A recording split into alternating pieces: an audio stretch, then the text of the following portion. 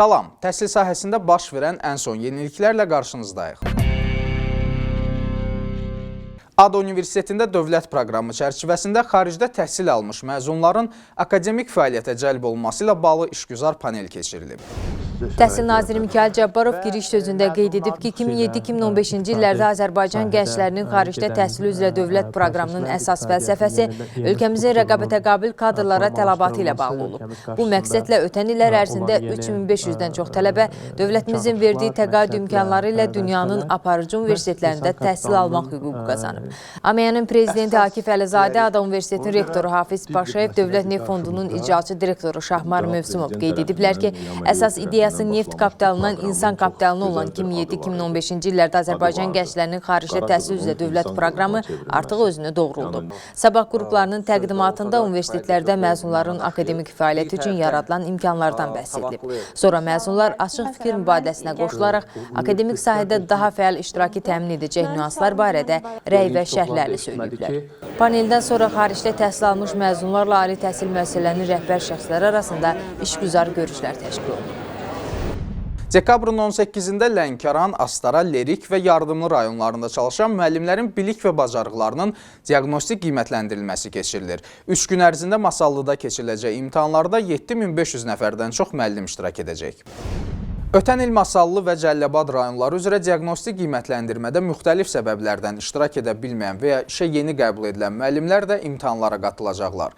Qeyd edək ki, bundan əvvəl dekabrın 15-i və 16-sında Səlyan, Neftçala və Biləsuvar rayonlarında çalışan müəllimlərin bilik və bacarıqlarının diaqnostik qiymətləndirilməsi keçirilib. Soyuq və qarlı hava şəraitinə baxmayaraq, imtahanda müəllimlərin davamiyyəti 98% təşkil edib. Bu imtahanlarda 4500 nəfərə yaxın müəllim iştirak edib.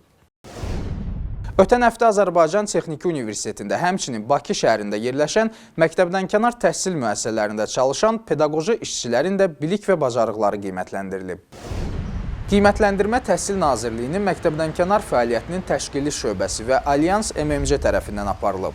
Qiymətləndirilmənin keçirilməsində məqsəd məktəbdənkənar təhsil müəssisələrinin fəaliyyətinin təkmilləşdirilməsi üçün mövcud kadr potensialından daha səmərəli istifadə etmək, əldə olunacaq təcrübədən bu sahədə kadrların yerdəyişməsi və işə qəbulu qaydalarının tətbiqi zamanı yararlanmaqdır. Qiymətləndirmə test və müsabiqə olmaqla 2 mərhələ üzrə keçirilir. Birinci mərhələdə iştirakçılara 110 sual təqdim edilməklə onların informasiya texnologiyaları, peşə ixtisas, pedaqoji, xarici dil, psixoloji və məntiqi düşünmə qabiliyyəti üzrə bilikləri yoxlanılır.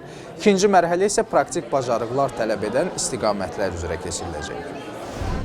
İsrailin baş naziri Binyamin Netanyahu Azərbaycana işgüzar səfəri çərçivəsində Bakıdakı Xabar Or Avner təhsil mərkəzində olub. Baş nazir mərkəzdə yaradılan şəraitlə tanış olduqdan sonra görüş keçirilib. Təhsil naziri Mikayıl Cabbarov görüşdə çıxış edərək Azərbaycanda təhsil mərkəzlərində ivrit dilinin tədris olunmasının əhəmiyyətini qeyd edib.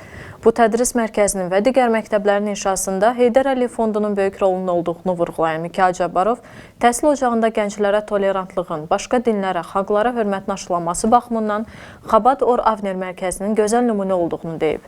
Nazir vurğulayıb ki, Azərbaycan ilə İsrail arasında digər sahələrdə olduğu kimi təhsil sahəsində də əməkdaşlıq inkişaf edir. Azərbaycanın multikultural dəyərlərindən danışan nazir qeyd edib ki, Prezident İlham Əliyevin 2016-cı ili ölkəmizdə multikulturalizm ili elan etməsi bu sahəyə verilən önəmin bariz nümunəsidir. İsrailin baş naziri Benyamin Netanyahu tədbirdə çıxış edərək Azərbaycana səfərindən məmnunluğunu bildirib. Azərbaycanda Yəhudi xalqına böyük sevgi olduğunu vurğulayan baş nazir, Heydər Əliyev Fondunun ölkəmizdə Yəhudilərin təhsilinin inkişafına böyük töhfələr verdiyini qeyd edib. Baş nazir Benyamin Netanyahu Azərbaycan ilə İsrail arasında təhsil sahəsində əlaqələrin inkişafından danışaraq, bu istiqamətdə əməkdaşlığın inkişaf etdiriləcəyini vurğulayıb. İsrailin baş naziri mərkəzdə yaradılan şəraiti yüksək qiymətləndirib. Dekabrın 15-də Təhsil naziri Mikayıl Cabbarov İmişli şəhərində vətəndaşları qəbul edib. Qəbulda Səbirabad, Saatlı, İmişli rayon və Şirvan şəhər sakinlərinin müraciətləri dinlənilib. Qəbulda vətəndaşlar əsasən müəllimlərin işə qəbulu və ya iş yerinin bir məktəbdən, həmçinin bir rayondan digərinə dəyişdirilməsi, işə bərpa olunmaq, gənc müəllimlər üçün həvəsləndirmə tədbirlərinin tətbiqi, təhsil haqqı, əmək müqaviləsinin uzadılması və digər məsələlərlə əlaqədar müraciətlər ediblər. Əksər məsələlər yerindəcə həllini tapıb, bir sıra müraciətlə bağlı Nazirliyin müvafiq qurumlarına tapşırıqlar verilib. 1946-cı ildə yaradılan Təhsil və Mədəniyyət Mərkəzi kimi Slavyan xalqlarının elmi, mədəni nailiyyətlərini öyrənən və tədris edən Bakı Slavyan Universitetinin 70 yaşı tamam olur. Bununla əlaqədar universitetin yubiley mərasimi keçirilib. Təhsil naziri Mikayıl Cabbarov Bakı Slavyan Universitetinin Azərbaycanda yüksək ixtisaslı kadr hazırlığında rolunu, ölkəmizin beynəlxalq səviyyədə təhsil əlaqələrinin inkişafında əhəmiyyətli fəaliyyətini diqqətə çatdırıb.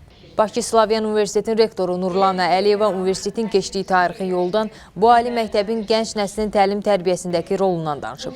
Çıxış edənlər universitetin kollektivini təbrik edib, onlara gələcək təhsil fəaliyyətində uğurlar arzu ediblər.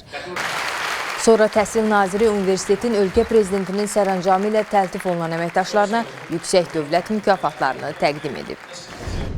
Uşaqlara təhlükəsizlik əsaslarının öyrədilməsi, istedadlı uşaqların üzə çıxarılması məqsədini daşıyan Fövqəladə Hallar Uşaqların Gözü ilə 6-cı Respublika Uşaq Yaradıcılıq müsabiqəsinin qaliblərinin sərgisi və mükafatlandırılması mərasimi keçirilib. Müsabiqənin keçirilməsində məqsəd uşaqlara təhlükəsiz həyat fəaliyyətinin əsaslarının öyrədilməsi, istedadlı uşaqların üzə çıxarılması və onlara dəstək verilməsi, yetişməkdə olan gənc nəslin vətənpərvərlik ruhunda tərbiyələnməsi, fövqəladə hallara ictimaiyyətin diqqətinin yönəldilməsidir. Tədbirdə Təhsil naziri Mikayıl Cabbarov, Fövqəladə Hallar naziri Kəmaləddin Heydərov, Gənclər və İdman nazirinin müavini İsmail İsmailov iştirak edib. Daha bir sərgi Azərbaycan Rəssamlar İttifaqında baş tutub. Uşaqlar dostluğun sehri cevizi altında 1-ci beynəlxalq uşaq rəsm müsabiqəsində bacarıqlarını sınayıblar. Müsabiqənin nəticələrinə əsasən 480 rəsm əsərindən 90-ı 1-ci, 2-ci, 3-cü, 26 rəsm isə həvəsləndirici yerlərə layiq görülüb. Müsabiqəyə Azərbaycan, Türkiyə, Ukrayna, Belarus, Moldova, Latviya, Qazaxıstan, Bolqarıstan, Çexiya, Misir, Bosniya və Hersegovinadan olan gənc rəssamlar qoşulub. Sərgidə gənc rəssamların 200-ə qədər rəsm işi nümayiş olunub. Qaliblər medal və diplomlarla təltif ediliblər. Təhsil televiziyasının hazır etdiyi verilişlərə və sujetlərə siz Təhsil Nazirliyinin rəsmi internet səhifəsindən, həmçinin Facebook, YouTube və Twitter səhifələrindən izləyə bilərsiniz. Sağ olun.